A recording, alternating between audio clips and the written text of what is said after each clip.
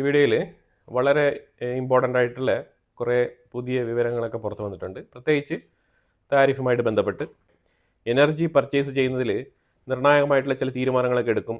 അതായത് റഷ്യയുടെ ഇറക്കുമതി, റഷ്യയിൽ നിന്നും എണ്ണ ഇറക്കുമതി കുറച്ച് കൊണ്ടുവരും എന്നുള്ള രീതിയിലുള്ള ചില പ്രഖ്യാപനങ്ങൾ ഡൊണാൾഡ് ട്രംപ് നടത്തിയിട്ടുണ്ട്.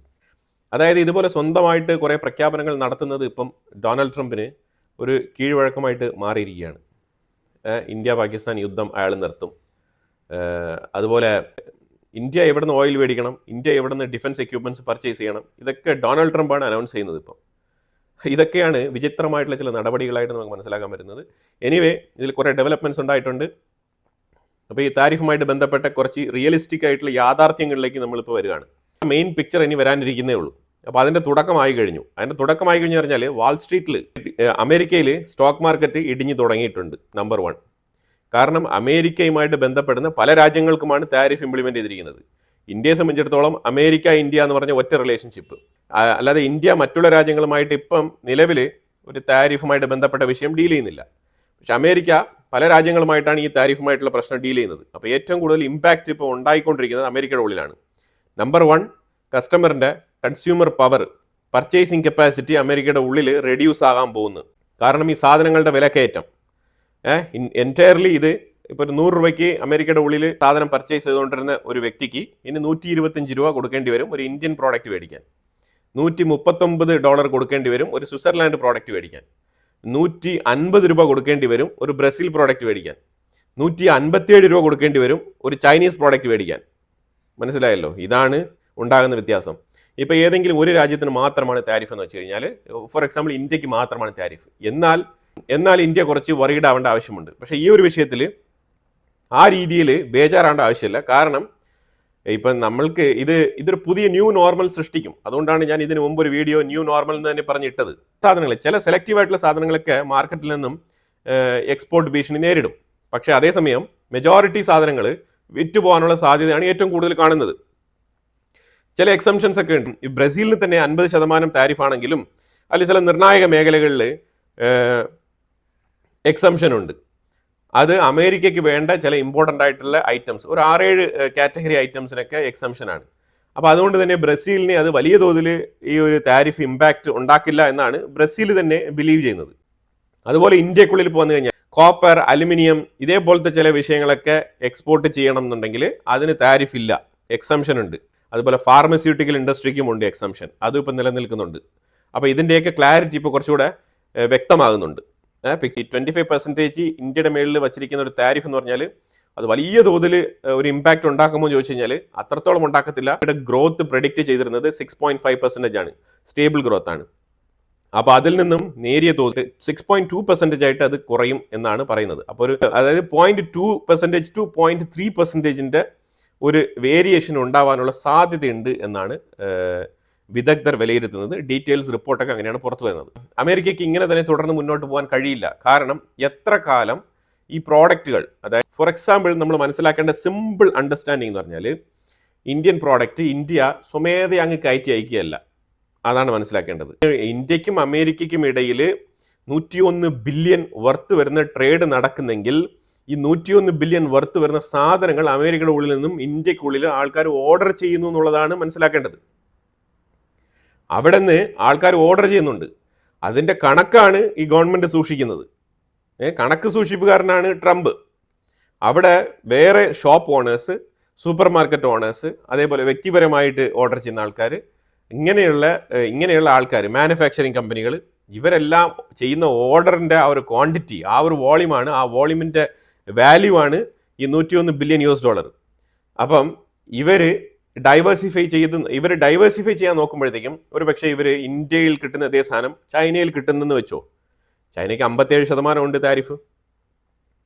ഇനി അഥവാ മറ്റു പല രാജ്യങ്ങൾ, for example Pakistan, Indonesia, Malaysia, ഈ രാജ്യങ്ങളിൽ നിന്നാണ് മേടിക്കുന്നുണ്ടെങ്കിൽ ഒരു 19% ആയിരിക്കും. പക്ഷേ ഈ സാധനം ഇന്ത്യയിൽ കിട്ടുന്ന അതേ സാധനം അവിടെ അവൈലബിൾ ആയിരിക്കണം. ആ ഒരു മേഖലയിലാണെങ്കിൽ ആ ഒരു 6% വിലയിലുള്ള വ്യത്യാസം അമേരിക്കയുടെ ഉള്ളിൽ ഉണ്ടാക്കാൻ സാധിക്കും. പക്ഷേ ഇന്ത്യയിൽ കിട്ടുന്ന ഇതേ ക്വാണ്ടിറ്റിയിൽ ഇതേ സാധനം പാകിസ്ഥാനിൽ നിന്നും, മലേഷ്യയിൽ നിന്നും, ഇന്തോനേഷ്യയിൽ നിന്നും അമേരിക്കയുടെ ഉള്ളിൽ എത്തിക്കാൻ സാധിക്കണം.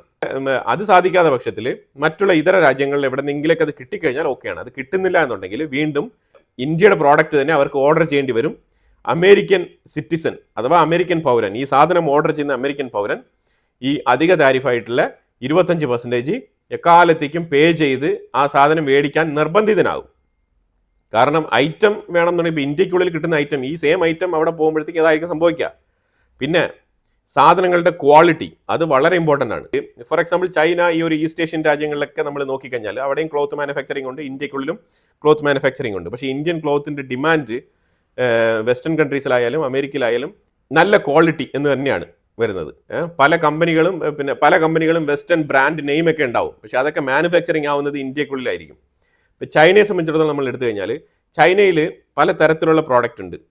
ചീപ്പർ ക്വാളിറ്റി പ്രോഡക്റ്റ് ഉണ്ട്, നല്ല ഗുഡ് ക്വാളിറ്റി പ്രോഡക്റ്റും ഉണ്ട്. അത് നമ്മൾ ഡിനൈ ചെയ്യാൻ പറ്റാത്ത കാര്യമാണ്. പക്ഷേ അതേസമയം ചൈനീസിൻ്റെ ഗുഡ് ക്വാളിറ്റി പ്രോഡക്റ്റിന് ഇന്ത്യയുടെ വിലയേക്കാളും ഇരട്ടി വില കൊടുക്കേണ്ടി വരും. അതും ഒരു യാഥാർത്ഥ്യമാണ്. പിന്നെ ഇന്ത്യ കൊടുക്കുന്ന ഈ ഒരു medium range cheap and best പ്രോഡക്റ്റിൻ്റെ ക്വാളിറ്റിയിലുള്ള അതിൻ്റെ വിലയെ നമ്മൾ കമ്പയർ ചെയ്ത് നോക്കുമ്പോഴത്തേക്കും അതേ വിലയ്ക്ക് ചൈനയുടെ പ്രോഡക്റ്റ് നമ്മൾ നോക്കിക്കഴിഞ്ഞാൽ അത് തീർച്ചയായിട്ടും ഇന്ത്യൻ പ്രോഡക്റ്റിനേക്കാളും വളരെ തരം താഴ്ന്ന ഒരു ക്വാളിറ്റി ആയിരിക്കും. അത് നമുക്ക് പല പ്രോഡക്റ്റും നിങ്ങൾ നേരിട്ട് പർച്ചേസ് ചെയ്ത് കഴിഞ്ഞാൽ മനസ്സിലാക്കാൻ പറ്റും. ഗൾഫ് മേഖലയിലുള്ള ആൾക്കാരൊക്കെ അവർക്ക് മനസ്സിലാക്കാൻ പറ്റുന്ന സാധനമാണ്. അതൊരു സൈഡിൽ ആ ഒരു സബ്ജക്റ്റ് അവിടെ നിൽക്കട്ടെ. അടുത്തിപ്പോൾ നമ്മൾ നിലവിലിപ്പം നടന്നുകൊണ്ടിരിക്കുന്ന സംഭവം എന്ന് പറഞ്ഞാൽ കുറച്ച് ഗ്ലോബൽ റൗണ്ട് അപ്പ് നോക്കിക്കഴിഞ്ഞാൽ ഇസ്രായേൽ ലെബനാൻ്റെ ഉള്ളിൽ തകൃതിയായിട്ടുള്ള ആക്രമണങ്ങൾ നടത്തിയിട്ടുണ്ട്. അതുപോലെ തന്നെ ഇന്നലെ ഉക്രൈൻ റഷ്യയ്ക്കുള്ളിൽ റോസ്നെഫ്റ്റിൻ്റെ ഓയിൽ റിഫൈനറി, ഏറ്റവും വലിയൊരു ഓയിൽ റിഫൈനറി ഉക്രൈൻ അടിച്ച് തകർത്തിരിക്കുകയാണ്. ഡ്രോൺ ആക്രമണമാണ് നടത്തിയത്. ആ രീതിയിലുള്ള മാസീവായിട്ടുള്ളൊരു അറ്റാക്ക്. അതിന് റഷ്യ ഉടനെ തന്നെ തിരിച്ചടി കീവിലേക്ക് തകർത്ത് വെച്ച ആക്രമണം. കീവിൽ വലിയ വലിയ രീതിയിലുള്ള മിസൈലുകളും ഡ്രോൺ അറ്റാക്കുകളുമാണ് നടത്തിയത്. അതുകൊണ്ട് മാറി മാറി ഉക്രൈനും റഷ്യയും കനത്ത ആക്രമണങ്ങളാണ് അങ്ങോട്ടും ഇങ്ങോട്ടും നടത്തുന്നത്. ശരിക്കും കാഷ്വാലിറ്റീസ് ഉക്രൈൻ്റെ ഉള്ളിൽ ഏറ്റവും കൂടുതൽ വരുന്നുണ്ടെന്നുള്ളതാണ്. ഇൻഫ്രാസ്ട്രക്ചർ മേഖലയെ ടാർഗറ്റ് ചെയ്താണ് ഉക്രൈൻ റഷ്യയ്ക്കുള്ളിൽ ആക്രമണം നടത്തിക്കൊണ്ടിരിക്കുന്നത് ഇപ്പം നിലവിൽ. കാരണം അവർക്ക് ഏറ്റവും കൂടുതൽ അങ്ങോട്ട് ആക്രമണം നടത്താൻ കഴിയുന്നില്ല എന്നുള്ളതാണ്. അതൊരു സൈഡിൽ, ആ ഒരു വിഷയം ഒരു സൈഡിൽ പൊയ്ക്കൊണ്ടിരിക്കുന്നത്. അതേപോലെ തന്നെ ബുർക്കിനോ ഫാസോയിൽ ആഫ്രിക്കൻ റീജിയനിൽ, സാഹിൽ റീജിയനിൽ ബുർക്കിനോ ഫാസോയും ഐവറി കോസ്റ്റും തമ്മിൽ ഒരു ഇഷ്യൂ. ബുർക്കിനോ ഫാസോ എല്ലാവർക്കും അറിയാവുന്ന പോലെ ഇബ്രാഹിം ട്രാവോരെ ഒരു എമേർജിംഗ് ലീഡറാണ്, ഒരു മിലിറ്ററി കമാൻഡറാണ്. പുള്ളിയാണ് ഇപ്പോൾ ആ രാജ്യം റൂൾ ചെയ്ത് മുന്നോട്ട് കൊണ്ടുപോകുന്നത്. റഷ്യൻ സപ്പോർട്ട് ഏറ്റവും കൂടുതലുണ്ട്. ലെഫ്റ്റ് ലിബറലുമായിട്ട് ഏറ്റവും കൂടുതൽ ടൈപ്പ് വെച്ച് മുന്നോട്ട് പോകുന്ന ഒരു ഭരണാധികാരിയാണ് ബുർക്കിനോ ഫാസോയിലുള്ള ഇബ്രാഹിം ട്രാവോരെ. തികച്ചും അയാൾ ഫ്രാൻസ് ഉൾപ്പെടെയുള്ള വെസ്റ്റേൺ കൺട്രീസിൻ്റെ ലൂട്ടിങ്ങിനെ ചെറുത്തുകൊണ്ട് മുന്നോട്ട് വന്നതുകൊണ്ട് തന്നെ ഒരുപാട് വെൽക്കമബിൾ ആയിട്ടുള്ള ഒരു ഗുഡ് ഫേസ് ഉള്ള ഒരു വ്യക്തിയാണ് ഇബ്രാഹിം ട്രാവോരെ. അയാളെക്കുറിച്ചുള്ള മാർക്കറ്റിങ്ങും PR വർക്കൊക്കെ വളരെ തകൃതിയായിട്ട് തന്നെ നടക്കുന്നുണ്ട് ആഫ്രിക്കയുടെ ഉള്ളിൽ. അപ്പം ബുർക്കിനോ ഫാസോയുമായിട്ട് ചേർന്നാണ് മാലി, അതേപോലെ തന്നെ നൈജർ പോലത്തെ രാജ്യങ്ങളൊക്കെ കൂടിച്ചേർന്ന് ഒരു പുതിയ റിഫോർമേഷൻ എന്നുള്ള നിലയിൽ African asset only for Africa എന്നുള്ള നിലയിലുള്ള സ്ലോഗൻസ് ഒക്കെ മുന്നോട്ട് വെച്ചുകൊണ്ട് ആ രാജ്യത്തിന് വേണ്ടി അവർ പല കാര്യങ്ങളും ചെയ്യുന്നതായിട്ട്, അതായത് അവിടുത്തെ അസറ്റുകൾ, അവിടെ ഗോൾഡ് ഉണ്ട്, അതേപോലെ മെഗ്നീഷ്യം, കൊബാൽറ്റ്, ഇതേപോലത്തെ ആ രാജ്യത്തിൻ്റെ ഒരുപാട് അസറ്റുകളുണ്ട്. ആ അസറ്റുകളൊക്കെ ഇത്രയും കാലം യുറേനിയം ഉൾപ്പെടെയുള്ള അസറ്റുകളെല്ലാം ലൂട്ട് ചെയ്ത് കൊണ്ടുപോയിക്കൊണ്ടിരുന്നത് ഫ്രാൻസ് ആണ്. അതിലൂടെ ഫ്രാൻസിൻ്റെ ആവശ്യങ്ങളൊക്കെ കഴിഞ്ഞിട്ട് യൂറോപ്യൻസിനും കൂടി വിറ്റഴിച്ചുകൊണ്ടിരിക്കുന്ന സാഹചര്യമാണ്. ആ രീതിയിൽ ആഫ്രിക്കയെ മൊത്തത്തിൽ ലൂട്ട് ചെയ്തുകൊണ്ടിരുന്ന ആൾക്കാരാണ് ഈ യൂറോപ്യൻസും ഇതുപോലെ ഫ്രാൻസ്, UK ഉൾപ്പെടെയുള്ള രാജ്യങ്ങൾ. അപ്പോൾ അതിനെതിരെ ഒരു ശബ്ദമായിട്ട്, പുതിയ തലമുറയുടെ ശബ്ദമായിട്ട് വരുന്ന ആളാണ് ഇബ്രാഹിം ട്രാവോരെ. തീർച്ചയായിട്ടും അയാളുടെ പുറകിൽ ലെഫ്റ്റ് ലിബറൽസ് ഉണ്ട് എന്ന് തന്നെയാണ് നിലവിലുള്ള വാർത്തകളൊക്കെ പുറത്തു വന്നുകൊണ്ടിരിക്കുന്നത്. ഈ ലെഫ്റ്റ് ലിബറൽ എന്ന് പറയുമ്പോഴത്തേക്കും അതിനകത്ത് ഒരു കാര്യം കൂടെ നമ്മൾ കൂട്ടിച്ചേർക്കേണ്ടതുണ്ട്. ഈ ലെഫ്റ്റും തീവ്രവാദം തമ്മിൽ നല്ല ബന്ധമുണ്ട്. അത് എല്ലാ കാലത്തും അങ്ങനെ തന്നെയാണ്. കാരണം ആ ഒരു മാനിഫെസ്റ്റോയും, ഞാൻ പറഞ്ഞ ആ ഒരു മാനിഫെസ്റ്റോയും ഈ തീവ്ര നിലപാടുള്ള ഈ മതസിദ്ധാന്തവും തമ്മിൽ നല്ല രീതിയിലുള്ള ഗിവ് ആൻഡ് ടേക്ക് പോളിസികൾ ഉണ്ട് എന്നുള്ളതാണ് മനസ്സിലാക്കേണ്ടത്. അപ്പോൾ ആ രീതിയിൽ സഹേൽ റീജിയനിൽ കിടക്കുന്ന ലിബിയയിൽ തുടങ്ങിയ ISIL കൊണ്ടുള്ള കംപ്ലീറ്റ് കാര്യങ്ങളെല്ലാം ആ സാഹിൽ റീജിയൻ തൊട്ട് താഴോട്ട് ആഫ്രിക്ക മൊത്തം പടർന്ന് പന്തലിച്ചിരിക്കുകയാണ്. ഇബ്രാഹിം ട്രാവോരയുടെ പുറകിലും ഈ സപ്പോർട്ട് ഉണ്ട് എന്നുള്ള അലിഗേഷൻസ് ഉയർന്നു തുടങ്ങിയിട്ടുണ്ട്. ഇബ്രാഹിം ട്രാവോരെ ബുർക്കിനോ ഫാസോയിൽ നല്ല രീതിയിലുള്ള ഭരണം തന്നെയാണ് കാഴ്ചവെക്കുന്നത്, അതിൽ യാതൊരു ഡൗട്ടും ഇല്ല. പക്ഷേ ചില ഏരിയകളിൽ നിന്നും ഇതേപോലത്തെ അലിഗേഷൻസ് ഒക്കെ ഉണ്ടായി വരുന്നുണ്ട്. ഇനിയിപ്പോൾ ഇത് വെസ്റ്റിൻ്റെ അജണ്ടയാണോ എന്നുള്ളത് നമുക്കറിയത്തില്ല. പക്ഷേ നിലവിൽ ഇങ്ങനെ പഠന റിപ്പോർട്ടുകളൊക്കെ പുറത്തു വരുന്നുണ്ട്. എനിവേ, ഏതൊരു ഭരണാധികാരിക്കും എന്തെങ്കിലുമൊക്കെ ഒരു ബാക്കപ്പ് സപ്പോർട്ട് വേണം. ഇല്ലാന്നുണ്ടെങ്കിൽ പിടിച്ചു നിൽക്കാൻ പറ്റത്തില്ല, പ്രത്യേകിച്ച് ആഫ്രിക്കൻ റീജിയനിൽ. അതൊരു സൈഡിൽ ഇരിക്കെ തന്നെ പല തീവ്രവാദ ബന്ധമുണ്ടെങ്കിൽ തീർച്ചയായിട്ടും അത് ചോദ്യം ചെയ്യപ്പെടേണ്ട വിഷയം തന്നെയാണ്. കാരണം തീവ്രവാദം ഒരിക്കലും വെച്ച് ഉറപ്പിക്കാൻ പറ്റാത്ത ഒരു സംഗതി തന്നെയാണ്. പിന്നെ തീവ്രവാദികൾക്ക് വേണ്ടി ഒരു രാജ്യം കൊടുത്തു കഴിഞ്ഞാൽ ഇപ്പോൾ താലിബാൻ അഫ്ഗാൻ ഭരിക്കുന്നത് പോലെ, സിറിയയിൽ HTS ഭരിക്കുന്നത് പോലെ, ഇപ്പം അങ്ങനെയൊക്കെ ഒരു കീഴ്വഴക്കം തുടങ്ങിയിട്ടുണ്ട്. തീവ്രവാദികൾക്ക് ഒരു രാജ്യം കൊടുക്കുന്ന ഒരു പുതിയ ശൈലി ഇപ്പോൾ മോഡേൺ ഡേ ഡെമോക്രസിയിൽ ഇപ്പോൾ തുടങ്ങിയ പരിപാടിയാണത്. അപ്പോൾ അതുകൊണ്ട് അങ്ങനെ എങ്ങാനും ഒരു പുതിയ പരിപാടികൾ വന്നു കഴിഞ്ഞാൽ നമുക്ക് അതിനെ ഒന്നും പറയാനില്ല. നമ്മളുടെ വ്യക്തിപരമായ താല്പര്യമല്ല, അതിനകത്തൊന്നും പറയാനില്ല. കാരണം ഇപ്പോഴത്തെ ഒരു ന്യൂ നോർമലായിട്ട് മാറിയിരിക്കുകയാണത്. അതിനും അമേരിക്ക തന്നെയാണ് തുടക്കം കുറിച്ചത്. ഇപ്പം സംഭവിച്ചുകൊണ്ടിരിക്കുന്നത് ബുർക്കിനോ ഫാസയിലുള്ള അലീന ബുർക്കിനോ എന്ന് പറഞ്ഞ ഒരു വ്യക്തി, ഇയാളൊരു ജേർണലിസ്റ്റ് കം അഡ്വക്കേറ്റ് ആണ്. ഇപ്പോൾ ഈ വ്യക്തി ഫാമിലി ആയിട്ട് റീലൊക്കേറ്റ് ചെയ്യുകയാണ് ഐവറി കോസ്റ്റിലേക്ക് 2022. എന്നിട്ട് ഐവറി കോസ്റ്റിൽ ഒരു റെസ്റ്റോറൻറ്റ് നടത്തിക്കൊണ്ട് അവിടെ ജീവിക്കുകയാണ്. അങ്ങനെ ജീവിതം തുടർന്നുകൊണ്ടിരിക്കുന്ന സാഹചര്യത്തിൽ പുള്ളിയുടെ ഒരു ആക്ടിവിസ്റ്റ് മനോഭാവം കൊണ്ട് പുള്ളി ഒരു ഫേസ്ബുക്ക് പേജ് ക്രിയേറ്റ് ചെയ്യുന്നു. അതിനകത്ത് 4 ലക്ഷത്തിലധികം ഫോളോവേഴ്സ് വരുന്നു. അങ്ങനെ ഇയാളൊരു വോയിസ് ആയിട്ട് മാറാനുള്ള കപ്പാസിറ്റി ഉണ്ട് എന്ന് ഐവറി കോസ്റ്റിലെ ഗവൺമെൻറ് മനസ്സിലാക്കുന്നു. അതിനെ തുടർന്ന് ഐവറി കോസ്റ്റ് ഇയാളെ പിടിച്ച് ജയിലിലിടുന്നുണ്ട്. അത് എന്ത് റീസൺ ആണെന്നുള്ളത് ഇതുവരെ വ്യക്തമല്ല. എന്ത് കാരണം കൊണ്ട് ഇയാളെ അറസ്റ്റ് ചെയ്തു എന്നുള്ളതും വ്യക്തമല്ല. കാരണം 4 ലക്ഷം ഫോളോവേഴ്സ് ഉണ്ട്. അപ്പോൾ ഒരു ചില്ലറ കാര്യമല്ല. അങ്ങനെ ഒരു വ്യക്തിയെ പിടിച്ച് അറസ്റ്റ് ചെയ്ത് ജയിലിലടച്ചു. No enquiry, no reason. Burkina Faso citizen ആണ്. ബുർക്കിനോ ഫാസോ അങ്ങോട്ട് ട്രൈ ചെയ്തെങ്കിലും യാതൊരുവിധ വിവരങ്ങളും ബുർക്കിനോ ഫാസോയ്ക്ക് കൈമാറിയില്ല. പക്ഷേ എന്നാൽ കഴിഞ്ഞ ഒരു 4-5 ദിവസങ്ങൾക്ക് മുമ്പ് ആ വ്യക്തി കസ്റ്റഡിയിലിരിക്കെ കൊല്ലപ്പെട്ടു. പക്ഷേ ഇതിനെ ഐവറി കോസ്റ്റ് പറഞ്ഞിരിക്കുന്നത് ഇത് ആത്മഹത്യയാണ് പറഞ്ഞിരിക്കുന്നത്. പുള്ളി ആത്മഹത്യ ചെയ്തു എന്നാണ് പറഞ്ഞിരിക്കുന്നത്. അതിൻ്റെ കാരണങ്ങൾ വ്യക്തമല്ല. ഒരു രീതിയിലുള്ള റിപ്പോർട്ടിംഗ് പുറത്തുവിട്ടിട്ടില്ല, പോസ്റ്റ്മോർട്ടം റിപ്പോർട്ടില്ല. അതുകൊണ്ട് ഇപ്പം ഈ ഒരു ബോഡി ബുർക്കിനോ ഫാസോയിലേക്ക് കൈമാറണമെന്ന് പറഞ്ഞുകൊണ്ട് ബുർക്കിനോ ഫാസോയ്ക്കുള്ളിൽ ഭയങ്കരമായിട്ടുള്ള പ്രൊട്ടസ്റ്റ് എറപ്റ്റ് ആയിരിക്കുകയാണ്. ആ പ്രൊട്ടസ്റ്റ് എറപ്റ്റ് ആയ സാഹചര്യത്തിൽ ഇപ്പോൾ അതിനെ കൺട്രോൾ ചെയ്യാൻ പറ്റാത്ത രീതിയിൽ ഇബ്രാഹിം ട്രാവോറെ മാറിയിട്ടുണ്ട്. പക്ഷേ ഇബ്രാഹിം ട്രാവോറെ സപ്പോർട്ട് ചെയ്യുന്നതും ഈ അലേൻ ഫാസോ അഥവാ അലേൻ ട്രാവോറെ എന്ന് പറഞ്ഞ് വിളിക്കപ്പെടുന്ന ഈ വ്യക്തിയുടെ മൃതശരീരം എത്രയും വേഗം ബുർക്കിനോ ഫാസോയിലേക്ക് ട്രാൻസ്ഫർ ചെയ്യണം, എക്സ്ട്രാഡിറ്റ് ചെയ്യണം എന്നുള്ള രീതിയിൽ റിക്വസ്റ്റ് കൊടുത്തിട്ട് വെയിറ്റ് ചെയ്തിരിക്കുകയാണ്. പക്ഷേ ജനങ്ങൾ സമ്മതിക്കുന്നില്ല. കനത്ത പ്രൊട്ടസ്റ്റ്. ഇനിയിപ്പോൾ ഇത് ബുർക്കിനോ ഫാസോയും ഐവറി കോസ്റ്റും തമ്മിൽ ഒരു നിലവിൽ കനത്ത പ്രൊട്ടസ്റ്റാണ് തുടങ്ങിയിരിക്കുന്നത്. Over the past few years, it has seen an unprecedented rise in violence. Armed groups control most of the country, especially outside of the capital. And in recent months, there has been a surge in attacks by militant groups. This week, Burkina Faso was rattled by another one. An armed group of about 100 militants stormed a military base. Fighters looted and burned the base, and left about 50 soldiers dead. It is suspected that JNIM is behind these attacks. JNIM stands for Jamaat Nusrat al-Islam wal-Muslimin. This is an Islamist group. In 2017, several militant factions came together to form JNIM, and this group is linked to Al-Qaeda. In fact, it is the terror group's West African affiliate. The deteriorating security situation in Burkina Faso has led to political shifts and back-to-back coups.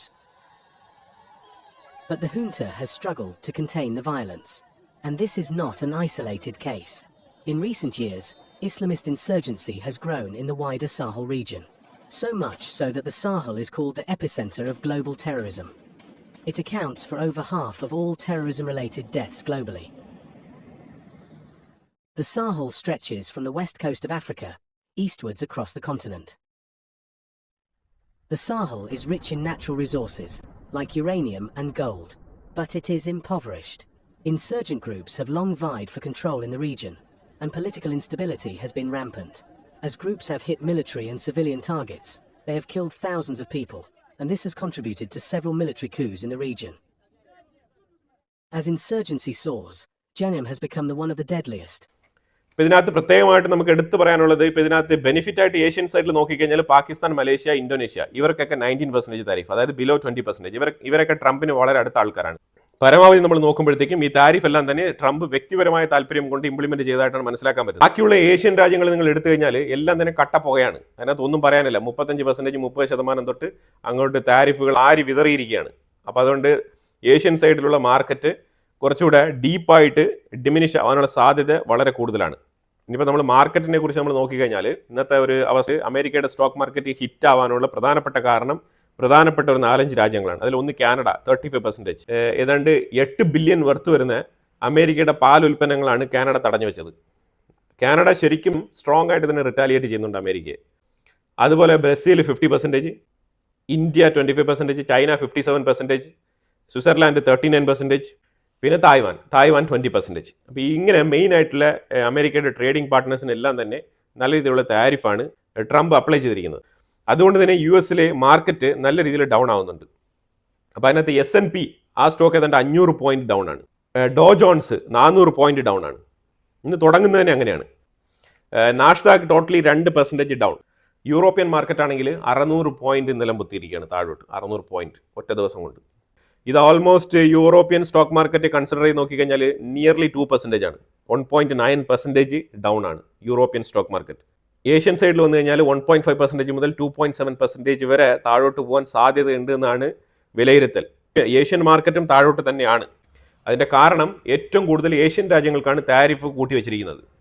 അതെന്തുകൊണ്ടാണെന്നുള്ളത് എനിക്കിതുവരെ മനസ്സിലായിട്ടില്ല. കാരണം പാവപ്പെട്ട രാജ്യങ്ങളായതുകൊണ്ട് എന്ത് വേണമെങ്കിലും ചെയ്യാം എന്നുള്ള നിലപാടായിരിക്കും Trump എടുത്തിട്ടുള്ളത്. അപ്പോൾ നമ്മൾ ഇത് ആദ്യമേ തുടക്കത്തിൽ പറഞ്ഞതുപോലെ തന്നെ അമേരിക്കയുടെ ഉള്ളിൽ കൺസ്യൂമർ മാർക്കറ്റിനെ ഇത് ഡീപ്പായിട്ട് സിവിയറായിട്ട് ഇമ്പാക്റ്റ് ഉണ്ടാക്കും. എക്സ്പോർട്ടേഴ്സിന് ഇത് ബാധിക്കും എന്നുള്ളത് ഞാൻ ഓൾറെഡി പറഞ്ഞു കഴിഞ്ഞു. ഒരു പ്രോഡക്റ്റിന് റീപ്ലേസ്മെന്റ് കിട്ടുന്നുവെങ്കിൽ ഇന്ത്യയിൽ നിന്ന് കയറ്റി അയക്കുന്നതിനേക്കാളും വില കുറവായിട്ട് അമേരിക്കയുടെ ഉള്ളിൽ അവൈലബിൾ ആണെങ്കിൽ മാത്രമേ ആ പ്രോഡക്റ്റ് കയറ്റി അയക്കുന്ന എക്സ്പോർട്ടറിന് എന്തെങ്കിലുമൊക്കെ രീതിയിൽ ഒരു ദോഷം ഇവിടെ സംഭവിക്കുകയുള്ളൂ. കാരണം സിറ്റിസൺസിന്റെ പർച്ചേസിങ് കപ്പാസിറ്റി ഉയരണം എന്നുണ്ടെങ്കിൽ അവിടുത്തെ സാലറി ഉൾപ്പെടെയുള്ള കാര്യങ്ങളൊക്കെ ഇൻക്രീസ് ചെയ്യേണ്ടി വരും. ആ സാഹചര്യത്തിൽ ഇപ്പം ഇത്ര നാളും ഒരു മന്ത്ലി ബഡ്ജറ്റ് ഒരു $500 പർച്ചേസ് ചെയ്തുകൊണ്ടിരിക്കുന്ന ഒരു ഫാമിലി ഇനി അതിൽ കൂടുതൽ എമൗണ്ട് സ്പെൻഡ് ചെയ്തുകൊണ്ട് പർച്ചേസ് നടത്തേണ്ട സാഹചര്യത്തിലേക്ക് തള്ളപ്പെടുകയാണ്. അങ്ങനെ അഡീഷണൽ പൈസ മുടക്കാനുള്ള ബഡ്ജറ്റ് ഇല്ലാത്തവർ എന്ത് ചെയ്യും? ഈ $500 തന്നെ അവരുടെ പർച്ചേസ് ചുരുക്കാൻ ശ്രമിക്കും. അങ്ങനെ ആകുമ്പോഴത്തേക്കും അവർക്ക് ആ പർച്ചേസിങ് കപ്പാസിറ്റി കുറയുകയാണ്. അതാണ് സംഭവിക്കാൻ പോകുന്നത്.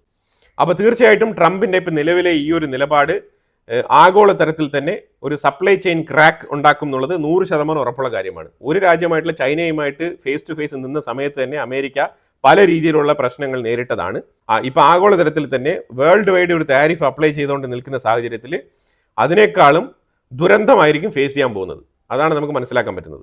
നെഗോസിയേഷൻ എന്നുള്ള പേരിൽ പല രാജ്യങ്ങളും വന്നിട്ട് നെഗോഷിയേറ്റ് ചെയ്തിട്ട് ഞങ്ങൾ അത് മേടിക്കാം, ഞങ്ങൾ ഇത് മേടിക്കാം, ഞങ്ങൾ ബോണ്ടിൽ ഇൻവെസ്റ്റ് ചെയ്യാം എന്നുള്ള രീതിയിലൊക്കെ പല പ്രോമിസുകളും പല ഇമ്മീഡിയറ്റ് ഇൻവെസ്റ്റ്മെന്റുകളും നടത്താനുള്ള സാധ്യതയുണ്ട്. പക്ഷേ ആ ഇമ്മീഡിയറ്റ് ഇൻവെസ്റ്റ്മെന്റുകൾ ഒന്നും തന്നെ അമേരിക്കയിലെ പൊതുജനങ്ങൾക്ക് യാതൊരു ഗുണവും ഉണ്ടാക്കാൻ പോകുന്നില്ല എന്നുള്ളതാണ് മനസ്സിലാക്കേണ്ടത്. അതൊക്കെ ട്രഷറിയിൽ പോയി ചേരും. ട്രഷറി ആ പൈസ കൈകാര്യം ചെയ്യും. വേണമെങ്കിൽ US എയ്ഡിൽ കുറച്ച് എക്സംഷൻസ് ഒക്കെ ഉണ്ടല്ലോ, അതുവഴി പൈസ വേറെ ഏതെങ്കിലും NGOക്കൾക്കൊക്കെ ചിലപ്പോൾ അയച്ചു കൊടുക്കുമായിരിക്കാം. അതൊക്കെ നടക്കുമായിരിക്കാം. അതിലുപരിയായിട്ട് വേറെ ഒന്നും തന്നെ അവിടെ നടക്കാൻ പോകുന്നില്ല. അല്ലാതെ അതുകൊണ്ട് പൊതുജനങ്ങൾക്ക്, അമേരിക്കയിലുള്ള പൊതുജനങ്ങൾക്ക് ഈ ട്രേഡ് നെഗോസിയേഷൻ വെച്ച് ഏതെങ്കിലും രാജ്യത്തിന് ആയുധം വിൽക്കുന്നത് കൊണ്ടോ അല്ലെങ്കിൽ കുറച്ച് ബോണ്ടിൽ ഇൻവെസ്റ്റ്മെന്റ് വരുന്നത് കൊണ്ടാണ് ഒരു മാറ്റവും സംഭവിക്കാൻ പോകുന്നില്ല. ട്രേഡ് താരിഫുമായിട്ട് ബന്ധപ്പെട്ട വിഷയത്തിൽ തുടർച്ചയായിട്ട് നമ്മൾ ഇനി കുറേ വിഷയങ്ങളും കൂടി ചർച്ച ചെയ്യേണ്ടി വരും.